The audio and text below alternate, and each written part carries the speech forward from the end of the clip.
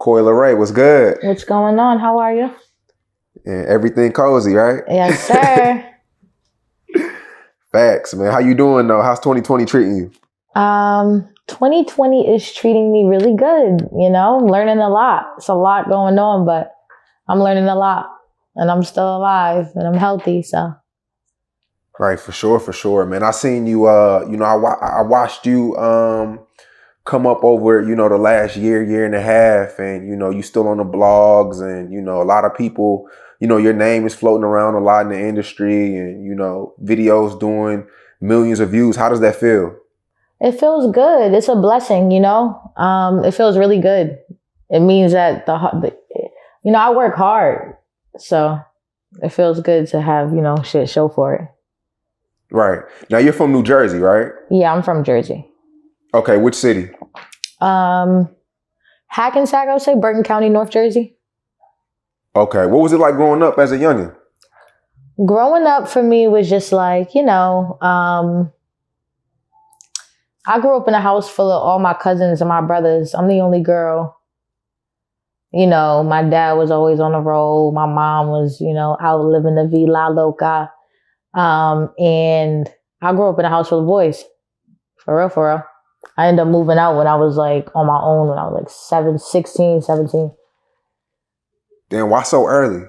I dropped out of high school. I ended up dropping out because at the time I was working, I had got myself into sales. I was making a lot of money in sales, and the hours was from 9 to 7. I couldn't go to school from 8 to 3, so I had to make a choice.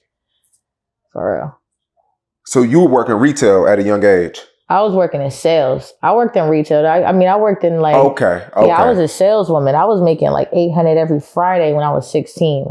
And then I upgraded to another sales job that offered more money. I was making like $1,300. That's how I was able to have, live on my own and provide for myself and have my car and stuff like that. Right. That's what's up. So did you start working at a young age because, like your family needed the money, or was it just one of them things where, you loved clothes, you loved, keeping up with yourself? It was just at a point in time where, things weren't how they used to be. So I had to go ahead and really, hustle. And that, I guess that's where I call myself Hannah Montana, by the way, just because I always had the best of both worlds. And that's where I kind of, humbled myself, because I really, we was starving. We was starving. Like everybody was just out grinding, really trying to go ahead and just get back to where we was. So. Yeah. So did your mom trip? Was you like, I'm done with school, or did you just gradually stop going? She signed me out. She had to sign me out. She respected it. She trusted me. So you drop out of school, you working in sales. What's next? What's after that? I drop out of school and working in sales, and it's like my last. I was always into music or whatever, so I was just like, at the time, A Boogie had dropped some shit, and one of the songs that stuck to me was DTB, Don't Trust Bitches. So ever since he dropped that, I always been inspired, because he was talking crazy.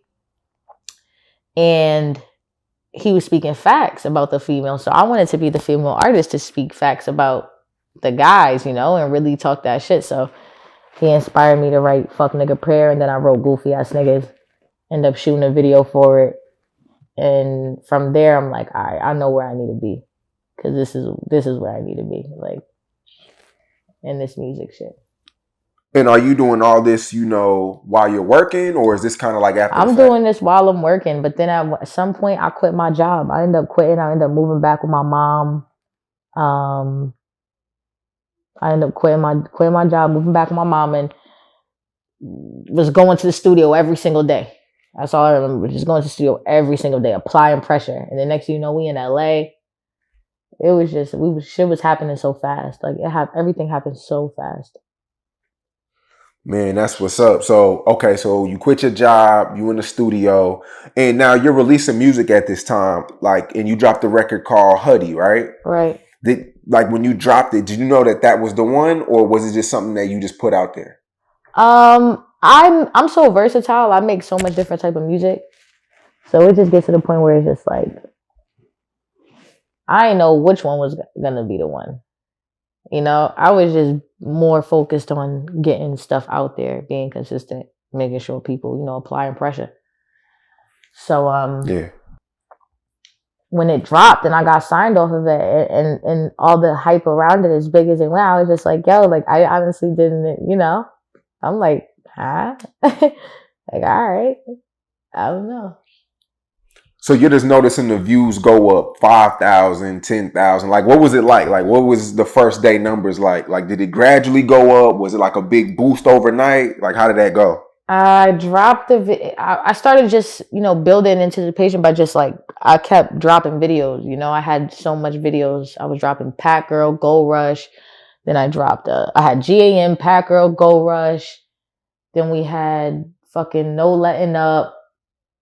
And then we did Hoodie. So we already was like building up Jersey. So once we dropped Hoodie, that was what we dropped Hoodie with the video. It just went up. Like, it just, I don't know. It just started going crazy. But it didn't go, I was never satisfied. Still to this day, I'm never satisfied. So I couldn't even tell you what that feeling was. Because I just remember like, damn, all right, cool, what's next? But then when I got signed, and then I'm meeting with all these labels, and then now it's just like, I'm just the next, it was just a lot. Right.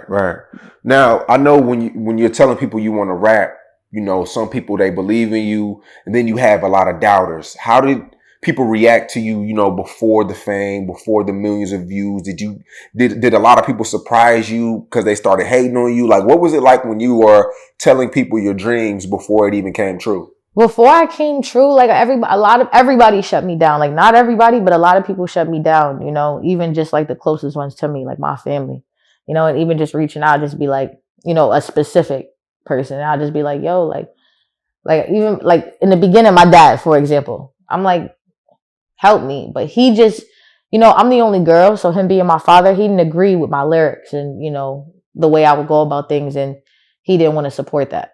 But, now that I've accomplished so much on my own and done everything, he's like my number one supporter now for sure. But even then in Jersey, it's like, still to this day, I don't get the support that I get from even my own hood. It's just, I don't know. But I definitely get more love than hate. I'll tell you that much. Right. So are you funding, like, are you coming up with the cash to like fund for the videos, or do you have people who believe in you who are, you going half with people? You know how it goes as being a rapper in the beginning. You kind of got to finesse. Well, not really finesse, but come up with the money. I was making show money. Like in the beginning, you know what I'm saying? I had a team, like everybody, I had a team. It wasn't really like that situation. You know what I'm saying? Right. I had a team, so everybody was just hungry. And when I started making show money, I started getting paid for shows, and I was doing a little hustling on the side or whatever. And then on top of that, I had D and Sean. They definitely was contributing to whatever they could. So we was all just getting it by any means, doing whatever we can to be where we are now.